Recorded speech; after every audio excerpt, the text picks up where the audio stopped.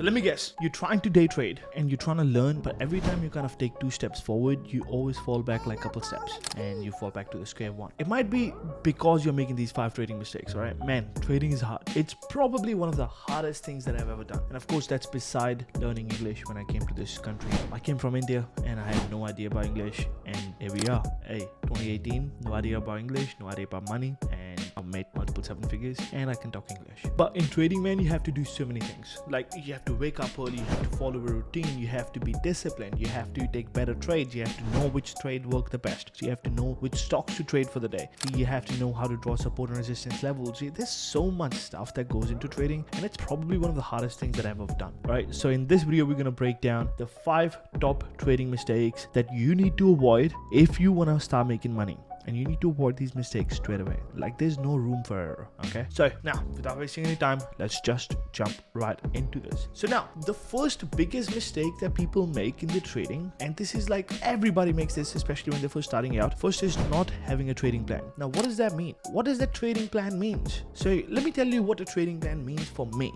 Okay, then maybe you can resonate with that stuff. But anyway, as you see my chart right now, having a trading plan simply means where you're gonna enter the trade, why are you going to enter the trade, the reasoning behind this, what's your entry point, where's your profit target, where's your stop loss point. All that stuff comes into the trading plan. But people trade whenever they feel like it. People have no idea about statistics, and for me personally, the statistics work, and they are like, bro, there's nothing bigger than statistics, right? If you do not know your stats, man, I promise you will never be able to make money. So I'll share my 5 biggest mistakes that I used to make back in the day, and I stopped doing that and I started making money. So the first one, as I said, is not having a trading plan. Now, having a trading plan here simply would mean where you're going to enter the trade. Now, one of the strategies that I have is if previous day is low break and then low of the intraday, this pre-market level break. Okay, so the strategy simply says low of the previous day, today's pre-market low. If it breaks, that means the stock is super weak and I'm looking for more downside. Okay, that's a reasoning.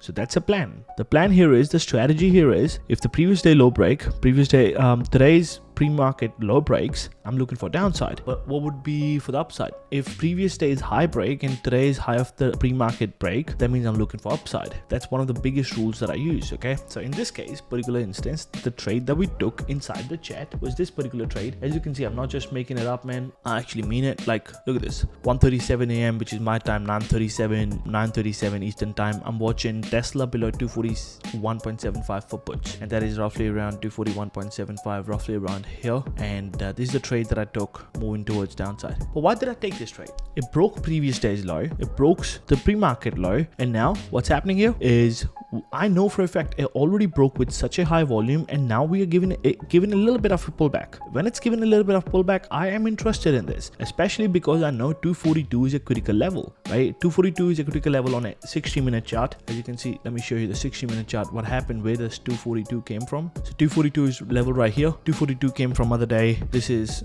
December 13th. We were holding this 242 level very nicely in the pre-market, and the moment it broke, it made a huge move. So I knew like 242 is a huge critical level, and I was watching this 242. But the moment it break, I'm a sort of trader, I always like to enter on a pullback. I never like to enter on a full breakout. So 242 breakout, it came back to retest, and then the 5-minute candle was able to kind of close on top of 242. Then this is which got me interested. I'm like, okay, if it breaks below 241.75, I'm jumping into this Tesla puts, and that's exactly what we did. The moment it broke below, I jumped in. But where would be the stop loss here? The stop loss here would be, if I entered at 241.75, roughly around here, the stop loss would be just above this pullback candle.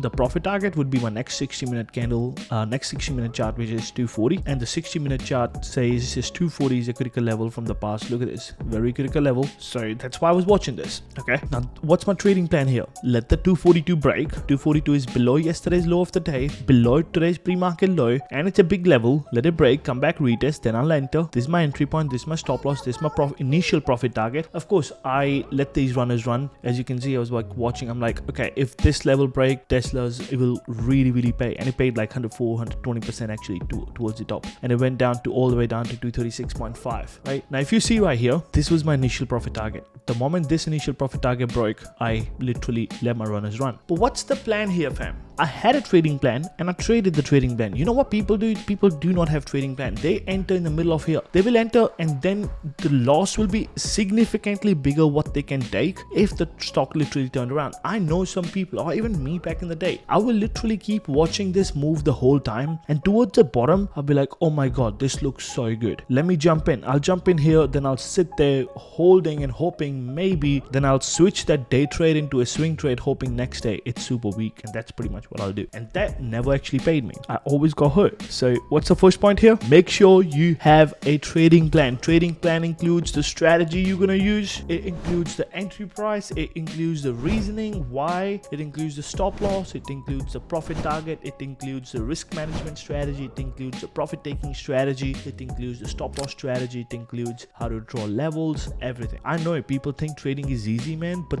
it's easy, especially when you know all this stuff. Okay, if you don't know all this stuff, you'll be buying in the middle of nowhere and you'll get hurt. So that's the biggest mistake people make. The second one is not respecting your stop loss. It's kind of one of those things. Having a stop loss and actually respecting a stop loss, they're two different things. People know their stop loss, but they do not know how to actually respect their stop loss, which is why they get hurt all the time. Respect your stop loss. For example, let's say we took a trade right here, right? For argument's sake, I didn't take a trade here, but for argument's sake, let's say we took a trade here. Stop loss was just above this red candle. So I wanted to jump into this trade the moment this low breaks of like 237.5. Profit target would be low of the day, and stop loss is just above this 238.5. If this is the trade that I'm taking, okay, now where would be my stop loss? Right here, 238.5. okay, now let's see, I'm in the trade now. That's my trading plan. The reasoning already so weak, and it's making a kind of this little flag right here on a 5-minute chart, and I'm seeing like, okay, if it breaks this flag, man, it can go. If this is the plan that I have, okay, but this is the stop loss, boom, it turned around. A lot of people, what they do is they wait for the candle to close. They're like, oh my god, and they're about to take it around. I'm like, oh my god, maybe I'll sit there for like, oh, I should sit there and hope, please God, please, just last time, I'll never make this stupid mistake again. It doesn't pay. All right, it doesn't work. God has better things to worry about. He's not free for your Tesla trade to work. All right, so if this is the stop loss, a lot of people like to wait for the 5-minute candle to close above or below the stop loss level, and that's when they take stop loss. I do not do that. The moment it touches my stop loss, I'm out. That's it. If it started going in my favor again, I'll jump back in, no problem, because I have seen this happen in the past where I'll be like, all right, I'm waiting for this candle to close above, and then the candle will close something like this. And I've seen this happen. You want to see an example of this? This didn't happen with us today, but this is an example of this on SPY. Look at this. If let's say you're in this trade and you're like, all right, my stop loss is just above this red line right here, and you're waiting for the candle to close, man, now you are significantly down. Why? Because the candle closed so high. See what I'm saying? Which is why it's very important to have a stop loss. It's cool, but respecting your stop loss when the stock actually goes there, it's the most important thing in the people usually ignore it. So start respecting your stop loss. The moment it hits your stop loss, you jump out. Don't wait for a candle to close. Don't wait for something happen significantly. Don't try to give yourself reasons. Don't try to switch the time frame and try to see, oh, but looking good on 10-minute chart, it looking good on a 15-minute chart. Doesn't matter. If you took a trade on a 5-minute chart, it's not working on a 5-minute chart, you jump out. Like, nobody knows what's gonna happen. All we do is we try to take the trade with the best risk to reward, with the best probability trade. If it doesn't work, that's okay. Okay, now the third top biggest mistake that people make is they don't do what top 5% people do in the market. All right, now think about the statistics. All right, have you ever heard 95% of the traders lose money in the stock market? 95% of the traders lose money in the stock market. That means only 5% of traders make money in the stock market. But why don't we act like those 5%? Why don't we act like the people who are winning in the stock market? You know what, actually, it's very simple plan. You know what you need in order to win in the stock market, man? First, you need a strategy. You need to know what strategy you're trading. If you do not have a strategy, if you're buying in the middle of nowhere, man, like that's it, period. Not gonna work. First is a strategy. Second is your reasons to jump into a trade. You kind of, like how I said, my strategy is a break of a critical level, retest of a critical level, but then I'm looking at a patience candle. Patience candle is stuff that I teach in my K Capital University, but I'm looking for a patience candle. Patience candle is a candle which is like kind of a retest candle, but there has to be a special criteria to it, and it works about 90+% of the time. Anyway, so I'm waiting for a patience candle, right? So simple. But where do I wait for patience candle? Do I wait for in anywhere? Like, it can be like, I look for patience candles when such a huge critical level break, and then I wait for a patience candle. I don't just wait for in the middle of anywhere, right? So I have a criteria. It has to break yesterday's low of the day. It has to break pre-market low for me to look for puts, and then I look for patience candles. All right, there's 3 steps to this. The whole madness, my system of madness, man. L, T, P. L is levels, T is trends, P is patience candles. That's how I make money. Now, people do not have a system like this. All right, I didn't learn the system from anywhere, man. I made the system on my own, and my students use it. We print money every single day. You see what I'm saying?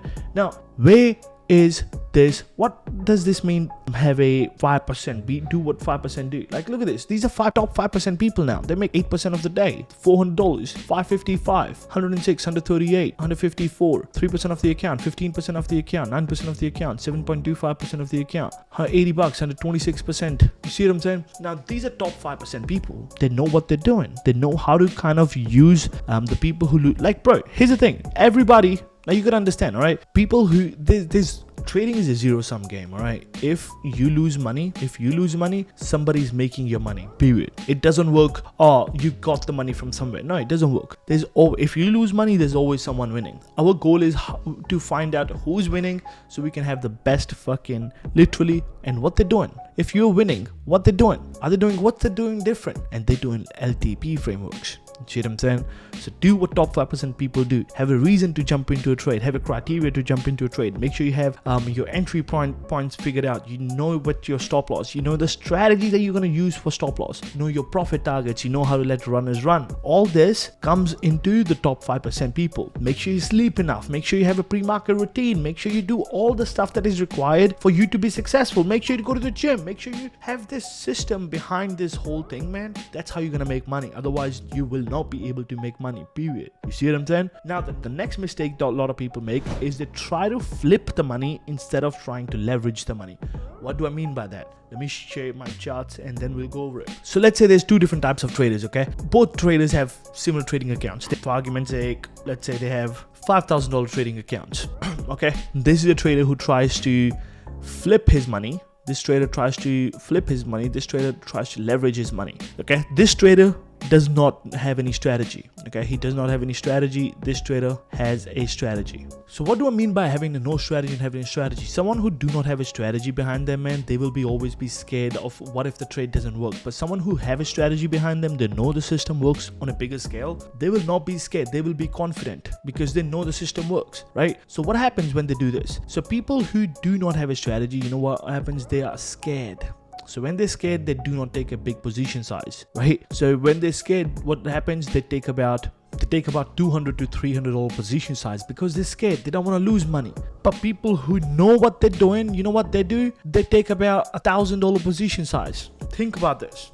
Because they know what they're doing. They know why they're jumping in. They know all this stuff, right? Because they will be more calmer because they have a reason, they have a strategy behind them. You know, they do not just go in the middle of nowhere, buy in the middle of nowhere. They try to leverage the money. What do I mean by that is these people who do $200 to $300 position size, if they make 20% or 30%, they are like, man, I only made $40. Like, this is not enough. I need to catch big moves if I want to make money. So what do? They look for 100% returns on every trade. Like, they are hunting for 100% returns, right? But people who know what they're doing, man, they're not hunting for 100% returns. You know what they're hunting for? They're only hunting for about, let's say, 20 to 30% returns. Like, if we make 100% returns, it's cool, it'll be good, but they're looking for 20 to 30% returns. Now, what happens? How much money they make? So if you're one of these people, man, if you make 100% returns and you make about, let's say, if your position size is $200-$300, you'll actually make just $200-$300 profit, right? You'll only make $200-$300 profit.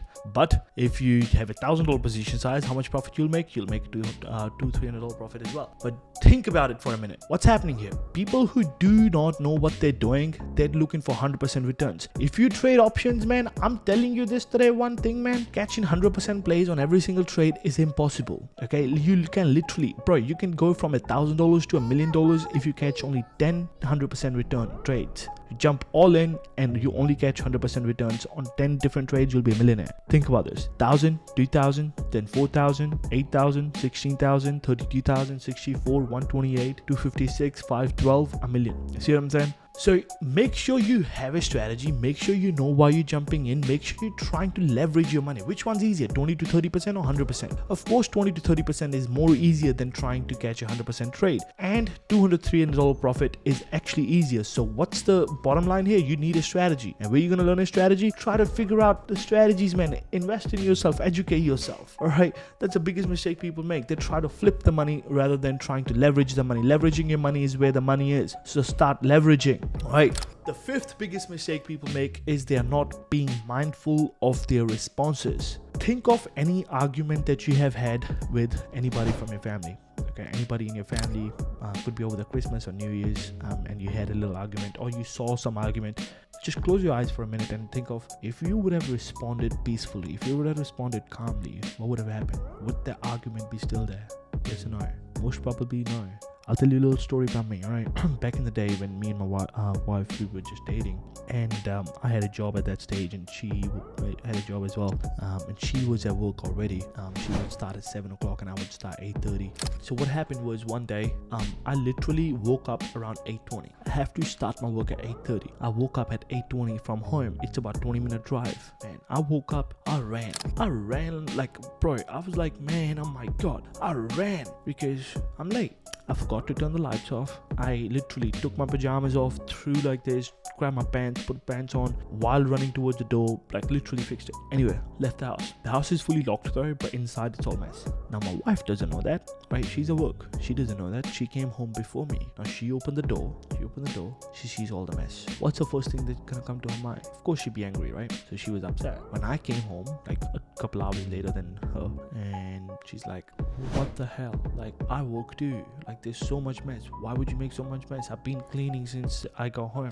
She doesn't know that I was late. Now, it's okay for her to be upset, but if I would have responded, like, think about two different scenarios, right? If I would have responded, like, shut the fuck up. You don't know fucking I had a shit fucking day. I was late from my office. My boss told me off. Like, is it a big deal? You must be fucking very tired that you have to take my couple things off my floor. And then she would say something and I would say something, and back and forth, and we would have an argument. Or the second way, I could have responded, which I did. I was like, oh, sorry babe, I was running late. I'll fix it up. Do you want me to make you some food? Because she cleaned it. I'm like, do you want me to make you some food? Like, no. I'm like, do you want to go out, grab an ice cream or something? She's like, oh, yeah, maybe in half an hour. Let me have a shower. Boom. I was like, how was your day? Boom, done. Think about this. Now we have a calm evening, or I could have had a really bad evening. You see, what happened here? I was just mindful of my responses. I thought before I spoke. You know, you see what I'm saying? You always have a choice to respond peacefully. And this goes in trading as well, okay? A trade doesn't work in your favor. What a lot of people do is they respond like, man, I gotta teach this bitch a fucking lesson. You know what you do? You fuck up. So instead of going all like this, all upset, what I personally think you should do is respond peacefully. All right, it's okay. I tried, this trade didn't work. I did everything by the book. I knew why I jumped in. I knew my profit target. I knew my entry. I knew my stop loss. Everything was good. It's just a trade that didn't work. It's not personal. Don't worry. It's okay. And now you look for next trade. Or the second one, you could have, which a lot of you respond to, man, you get upset. You're like, fuck, I gotta teach this motherfucker a lesson. Oh my God, I took my money away. Let me make my money back. And that way you get hurt. So start being mindful of how you respond to things. Okay, so the 5 top trading mistakes were: first, not having a trading plan; second, not respecting your stop loss; third, not doing what the top 5% of people do in the market; fourth, trying to flip the money instead of leveraging; fifth, not being mindful of your responses. Let me know what you think of these top 5 beginner trading mistakes as I mentioned in this video, and have you ever done any of these? Remember to drop a like at the bottom of this video. I'd really appreciate you if you can share this video with someone who you think can benefit from this. Thanks for watching. Make sure you subscribe because I have a lot more videos coming. I'm Sumesh. I'll see you guys later. Maybe during the week. Yeah. Alright. Peace. Now again said, we'll do this all over again. Let me know what you think of these top 5 beginner trading mistakes that a lot of traders make. By the way, if you like this video, make sure you like and subscribe. And if you want more of these videos where you want to learn about stock market, make sure you click right here. And there's a lot of videos in this playlist right here, and subscribe to the channel. I'll see you guys later. Peace.